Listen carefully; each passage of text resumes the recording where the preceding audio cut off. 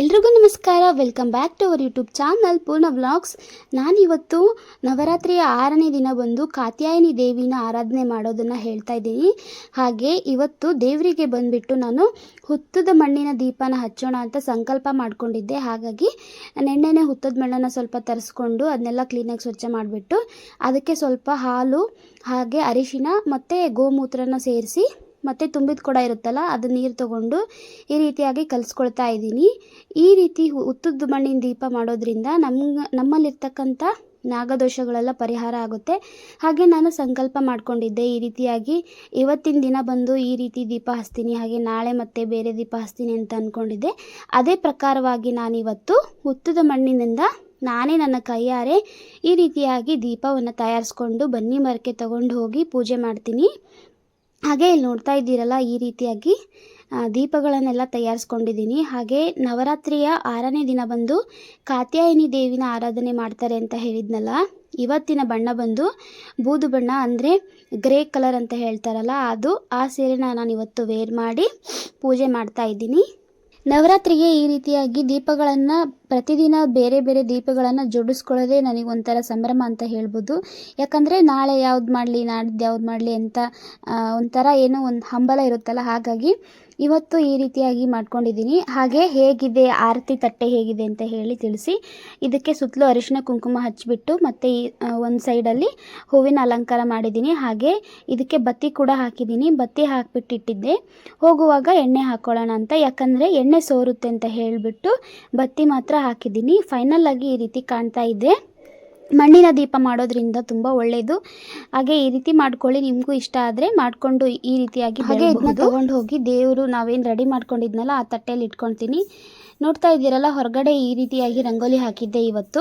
ಹಾಗೆ ಅನ್ಕೋಬೇಡಿ ಅರಿಶಿನ ಕುಂಕುಮ ಏನಪ್ಪ ಹೇಳು ನೆಲದಲ್ಲಿ ಹಾಕಿದ್ದಾಳೆ ಅಂತ ಹೇಳಿ, ಇದು ಅರಿಶಿನ ಕುಂಕುಮ ಅಲ್ಲ, ಇದು ಯೆಲ್ಲೋ ಕಲರ್ ರಂಗೋಲಿ. ಹೊರಗಡೆ ಎಲ್ಲ ಕಲರ್ ರಂಗೋಲಿ. ನಂತರ ಇವಾಗ ಸ್ನಾನ ಮಾಡಿಕೊಂಡು ಸೀರೆ ಉಟ್ಕೊಂಡು ವಿಭೂತಿ ಹಚ್ಕೊಳ್ತಾ ಇದ್ದೀನಿ.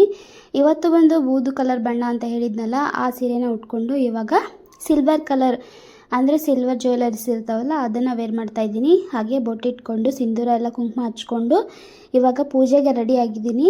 ಹಾಗೆ ಇವತ್ತು ಬಂದು ತುಂಬಾ ಮಳೆ ಇತ್ತು. ತುಂಬ ಮಳೆ ಬರೋದ್ರಿಂದ ಇವತ್ತು ಛತ್ರಿ ತೊಗೊಂಡು ನಾನು ಹೋಗಿದ್ದೆ. ಯಾಕಂದರೆ ದೀಪ ಎಲ್ಲ ನೀರು ಬಿದ್ದುಬಿಡುತ್ತೆ ಅಂತ ಹೇಳಿಬಿಟ್ಟು ಇವಾಗ ಬನ್ನಿ ಗಿಡಕ್ಕೆ ಬಂದಿದ್ದೀವಿ. ಮಳೆ ತುಂಬ ಬರ್ತಾಯಿತ್ತು ಅಂತ ಹೇಳಿದೆ. ಬಟ್ಟೆ ಎಲ್ಲ ಸ್ವಲ್ಪ ಒದ್ದೆ ಆಗಿತ್ತು. ಹಾಗೆ ದೇವ್ರದ್ದು ನಾವು ತಟ್ಟೆ ತಂದಿದ್ವಲ್ಲ ಅದ್ರ ಮೇಲೂ ಸ್ವಲ್ಪ ನೀರೆಲ್ಲ ಬಿದ್ದಿತ್ತು.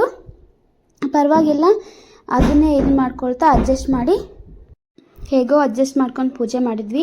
ಹಾಗೆ ಇವತ್ತು ಬಂದು ಕಾತ್ಯಾಯನಿ ದೇವಿನ ಪೂಜೆ ಮಾಡ್ತಾರೆ ಅಂತ ಹೇಳಿದ್ನಲ್ಲ, ಈ ದೇವಿಗೆ ಬಂದುಬಿಟ್ಟು ಪ್ರಿಯವಾದ ಹೂವು ಅಂದರೆ ಚೆಂಡು ಹೂವನ್ನು ನಾನು ತೊಗೊಂಬಂದಿದ್ದೆ. ಹಾಗೆ ದೇವರಿಗೆ ಉಡಿ ತುಂಬಲಿಕ್ಕೆ ಅಂತ ಎಲೆ ಅಡಿಕೆ ಬಾಳೆಹಣ್ಣು ಉತ್ತುತ್ತಿ ಹಣ್ಣನ್ನು ತೊಗೊಂಡು ಇವಾಗ ಇಡ್ತಾ ಇದ್ದೀನಿ.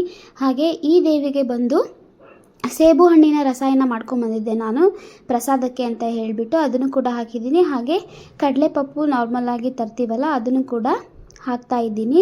ಹಾಗೆ ಅಂಗನುಲ್ಲನ್ನು ಹಾಕಿ ದೇವರಿಗೆ ನಮಸ್ಕರಿಸಿದ್ದಾಯಿತು. ಕಾತ್ಯಾಯನಿ ದೇವಿಯು ಬಂದು ಮಹಿಷಾಸುರ ಮರ್ದಿನಿ ಅಂತಂದು ದುರ್ಗಾದೇವಿಯ ಅವತಾರ ತಾಳಿ ಇವತ್ತು ಮಹಿಷಾಸುರನ ವಧೆ ಮಾಡ್ತಾಳೆ ಅಂತಲೇ ಹೇಳಿದರು. ಹಾಗೆ ಕಾತ್ಯಾಯನಿ ದೇವಿಗೆ ಬಂದು 4 ಕೈಗಳಿರುತ್ತೆ ಅಂತ ಹೇಳಿದರು. ಒಂದು ಕೈಯಲ್ಲಿ ಕಮಲದ ಹೂವು, ಹಾಗೆ ಒಂದು ಕೈಯಲ್ಲಿ ಚಕ್ರ, ಮತ್ತೊಂದು ಕೈಯಲ್ಲಿ ತ್ರಿಶೂಲವನ್ನು ಹಾಗೆ ಮುಂತಾದವುಗಳನ್ನು ಹಿಡಿದು ಸಿಂಹದ ಮೇಲೆ ಸಂಚರಿಸುತ್ತಾಳೆ ಅಂತ ಹೇಳ್ಬೋದು. ಕಾತ್ಯಾಯನಿ ದೇವಿ ತುಂಬ ಪವರ್ಫುಲ್ ಅಂತ ಹೇಳ್ತಾರೆ. ಯಾಕಂದರೆ ಕಾತ್ಯಾಯನಿ ದೇವಿಯು ಮಹಿಷಾಸುರ ಮರ್ದಿನಿಯಾಗಿ ಮಹಿಷಾಸುರನ ಮರ್ದನ ಮಾಡಿದ್ದಾರಲ್ಲ, ಹಾಗಾಗಿ ನಾನಿವಾಗ ಹುತ್ತದ ಮಣ್ಣಿನ ದೀಪ ಮಾಡ್ಕೊಂಬಂದಿದ್ನಲ್ಲ ಅದನ್ನು ಕೂಡ ಬೆಳಗ್ತಾ ಇದ್ದೀನಿ. ದೇವರಿಗೆಲ್ಲ ಬೆಳಗಿದ ನಂತರ ಇವಾಗ 3 ಇಟ್ಟಿದ್ದೆ. ಯಾಕಂದರೆ ಕೆಳಗಡೆ ಒಂದು ದೇವರಿತ್ತಲ್ಲ, ನಾಗಪ್ಪ ದೇವರಿತ್ತಲ್ಲ, ಆ ದೇವಿಗೂ ಕೂಡ ಇಟ್ಟಿದ್ದೆ. ಹಾಗೆ 2 ಮೇಲ್ಗಡೆ 2 ಬನ್ನಿ ಗಿಡಕ್ಕಂತ ಇಟ್ಟಿದ್ದೆ. ಹಾಗೆ ಇನ್ನು 2 ಮಿಕ್ಕಿದ್ದನ್ನು ದೇವರು ನಾನು ಮನೆಗೆ ತೊಗೊಂಡು ಹೋಗ್ತೀನಿ. ಕಾತ್ಯಾಯನಿ ದೇವಿ ಬಂದುಬಿಟ್ಟು ನಮಗೆ ಸಕಲ ರೀತಿಯಾದಂಥ ಸೌಂದರ್ಯ, ಹಾಗೆ ಮದುವೆ ಆಗದೆ ಇರೋರಿಗೆ ಕಂಕಣ ಭಾಗ್ಯ, ಮತ್ತು ಈ ಥರ ಶತ್ರುಗಳ ಭಯ ಇದ್ದವ್ರಿಗೆ ಈ ರೀತಿಯಾಗಿ ತುಂಬ ಅಂದರೆ ತುಂಬ ಒಳ್ಳೇದು ಮಾಡ್ತಾರೆ ಅಂತ ಹೇಳ್ಬೋದು. ಹಾಗಾಗಿ ನಾವು ಕಾತ್ಯಾಯನಿ ದೇವಿನ ನವರಾತ್ರಿಯ 6ನೇ ದಿನ ಪೂಜೆ ಮಾಡ್ತೀವಿ. ಹುತ್ತದ ಮಣ್ಣಿಂದು ದೀಪದ ಬಗ್ಗೆ ಎಲ್ರಿಗೂ ಗೊತ್ತೇ ಇರುತ್ತೆ ಆಲ್ಮೋಸ್ಟು. ಯಾಕಂದರೆ ಹುತ್ತದ ಮಣ್ಣು ತುಂಬ ಶ್ರೇಷ್ಠ ಅಂತಲೇ ಹೇಳ್ಬೋದು. ಹಾಗೆ ದೇವರನ್ನು ತುಂಬ ಸುಲಭವಾಗಿ ನಾವು ಹೊಲಿಸ್ಕೋಬೋದು ಅಂತಲೇ ಹೇಳ್ತಾರೆ ನಮ್ಮ ಅಜ್ಜಿ. ಹಾಗೆ ಯಾಕಂದರೆ ಹುತ್ತದ ಮಣ್ಣಲ್ಲಿ ಅಷ್ಟೊಂದು ಪವರ್ಫುಲ್ ಇರುತ್ತೆ, ಮತ್ತು ನಾಗದೋಷ ಇರ್ತಕ್ಕಂಥದ್ದೆಲ್ಲ ಹೋಗುತ್ತೆ ಅಂತ ಹೇಳ್ತಾರೆ.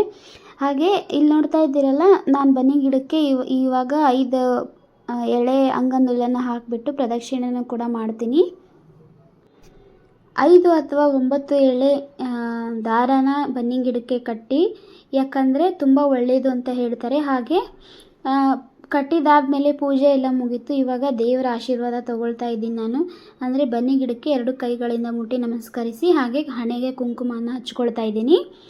ಕುಂಕುಮ ಎಲ್ಲ ಹಚ್ಕೊಂಡಿದ ನಂತರ ಇವಾಗ ದೇವರಲ್ಲಿ ಇಟ್ಟಿರ್ತಕ್ಕಂಥ ಒಂದು ಪ್ರಸಾದನ ತೊಗೊಂಡ್ಬಿಟ್ಟು ದೇವರಿಗೆ ನಮಸ್ಕರಿಸಿ, ಇವಾಗ ದೇವರಿಗೆ ನಮಸ್ಕರಿಸ್ಕೊಳ್ತಾ ಇದ್ದೀನಿ. ದೇವರಿಗೆ ನಮಸ್ಕರಿಸಿದ ನಂತರ ಇವಾಗ ಪ್ರದಕ್ಷಿಣೆಯನ್ನು ಕೂಡ ಹಾಕ್ತಾ ಇದ್ದೀನಿ. ಬ್ರಾಹ್ಮಿ ಮುಹೂರ್ತದಲ್ಲಿ ಈ ರೀತಿಯಾಗಿ ಪೂಜೆ ಮಾಡೋದ್ರಿಂದ ತುಂಬ ಒಳ್ಳೆಯದು, ಮನೆಗೂ ಒಳ್ಳೆಯದು, ಹಾಗೆ ನಮಗೂ ಕೂಡ ಒಳ್ಳೆಯದು, ಹಾಗೆ ನಮ್ಮ ಆರೋಗ್ಯನೂ ಕೂಡ ತುಂಬ ಚೆನ್ನಾಗಿರುತ್ತೆ ಅಂತ ಹೇಳ್ಬೋದು. ಹಾಗೆ ಇವಾಗ ಪೂಜೆ ಎಲ್ಲ ಮುಗೀತು.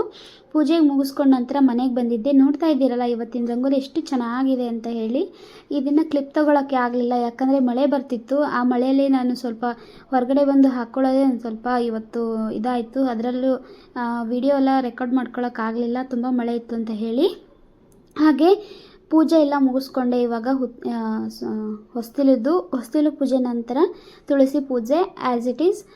ಇವಾಗ ಹೊಸ್ತಿಲು ಪೂಜೆ ಎಲ್ಲ ಮುಗಿಸಿದ ನಂತರ ನಾನು ತಂದಿರ್ತಕ್ಕಂಥ ದೀಪಗಳನ್ನು ಹೊಸ್ತಿಲಿಗೆ ಇಟ್ಬಿಟ್ಟು ಒಳಗೆ ಹೋಗ್ತೀನಿ. ಹಾಗೆ ನನ್ನ ಹಳೆಯ ವಿಡಿಯೋಗಳಿಗೆ ತುಂಬಾ ರೆಸ್ಪಾನ್ಸ್ ಬರ್ತಾ ಇದೆ. ತುಂಬ ಸಪೋರ್ಟ್ ಮಾಡ್ತಾ ಇದ್ದೀರಾ. ಇದೇ ರೀತಿಯಾಗಿ ಸಪೋರ್ಟ್ ಮಾಡಿ. ಹಾಗೆ ನನ್ನ ವಿಡಿಯೋಗಳನ್ನು ಎಲ್ಲ ಕಂಪ್ಲೀಟಾಗಿ ನೋಡಿ. ಮತ್ತು ನವರಾತ್ರಿ ಮುಗಿಯೋದ್ರೊಳಗಡೆ 500 ಸಬ್ಸ್ಕ್ರೈಬರ್ ಆಗಲಿ ಅಂತ ನಾನು ದೇವ್ರ ಹತ್ರ ಕೇಳ್ಕೊಳ್ತೀನಿ. ಹಾಗೆ ನೀವು ಕೂಡ ಬೇಗ ನಿಮ್ಮ ಫ್ರೆಂಡ್ಸ್ ಆ್ಯಂಡ್ ಫ್ಯಾಮಿಲಿಗೆ ಶೇರ್ ಮಾಡಿ, ಮತ್ತು ನನ್ನ ಚಾನಲ್ನ ಗ್ರೋತ್ ಮಾಡಿ ಅಂತ ಹೇಳ್ತೀನಿ. ಇವಾಗ ತುಳಸಿ ಗಿಡಕ್ಕೂ ಪೂಜೆ ಎಲ್ಲ ಸಲ್ಲಿಸಿದ ನಂತರ ದೇವರಿಗೂ ಅಂಗನೂಲನ್ನು ಹಾಕ್ತಾ ಇದ್ದೀನಿ ತುಳಸಿ ಗಿಡಕ್ಕೂ. ಅದಾದಮೇಲೆ ಇವಾಗ ದೀಪ ಬೆಳಗಿ ತುಳಸಿ ಗಿಡಕ್ಕೆಲ್ಲ ಬೆಳಗಿದ ನಂತರನೇ ನಾನು ಹೊಸ್ತಿಲಿಗೆ ಇಡೋದು. ಇವಾಗ ನೋಡ್ತಾ ಇದ್ದೀರಲ್ಲ ನಮ್ಮ ಹೊಸ್ತಿಲು ಯಾವ ರೀತಿ ಎಷ್ಟು ಚೆನ್ನಾಗಿ ಕಾಣ್ತಾ ಇದೆ ಅಂತ ಹೇಳಿ. ದೀಪನ ಅಕ್ಕಪಕ್ಕ ಇಟ್ಕೊಂಡಿದ್ದೀನಿ. ಇದಾದ ನಂತರ ಇವಾಗ ಫೈನಲ್ ಆಗಿ ಈ ರೀತಿ ಕಾಣ್ತಾ ಇದೆ. ಹಾಗೆ ಎಲ್ಲ ಮುಗಿದ ನಂತರ ಇವತ್ತಿನ ನಾನು ವೇರ್ ಮಾಡಿರ್ತಕ್ಕಂಥ ಸೀರೆ ಬಂದು ಗ್ರೇ ಕಲರ್. ಹಾಗೆ ನನ್ನ ಫೈನಲ್ ಲುಕ್ ಇದಾಗಿತ್ತು. ಹಾಗೆ ಇವಾಗ ಒಳಗಡೆ ಬಂದು ಮಸಾಲೆ ಟೀ ಮಾಡ್ಕೊಳ್ಳೋಣ ಅಂತ ಹೇಳಿ ಟೀ ಮಾಡ್ಕೊಳ್ತಾ ಇದ್ದೀನಿ. ಅದಕ್ಕೆ ಚಕ್ಕೆ, ಲವಂಗ ಹಾಗೆ ಶುಂಠಿನ ಕುಟ್ಟಿ ಪುಡಿ ಮಾಡಿಬಿಟ್ಟು ಸೇರಿಸೋದು, ಇದೆಲ್ಲರಿಗೂ ಗೊತ್ತು ಆಲ್ಮೋಸ್ಟ್. ಹಾಗಾಗಿ ನಾನೇನು ಶೂಟ್ ಮಾಡ್ಕೊಳ್ಳೋಕೆ ಹೋಗಲಿಲ್ಲ. ಟೀ ಎಲ್ಲ ಮಾಡ್ಕೊಂಡು ಬಂದ ನಂತರ ಇವಾಗ ಒಳಗಡೆ ಹೋಗಿಬಿಟ್ಟು ಒಂದು ಸ್ವಲ್ಪ ಕೆಲಸ ಮುಗಿಸ್ಕೊಂಡು ಬಂದು ಇವಾಗ ನಂತರ ನಾನು ಹೊರಗಡೆ ಕೂತ್ಕೊಂಡು ಟೀ ಕುಡಿತೀನಲ್ಲ, ಅದನ್ನು ಕುಡಿತಾ ಇದ್ದೀನಿ.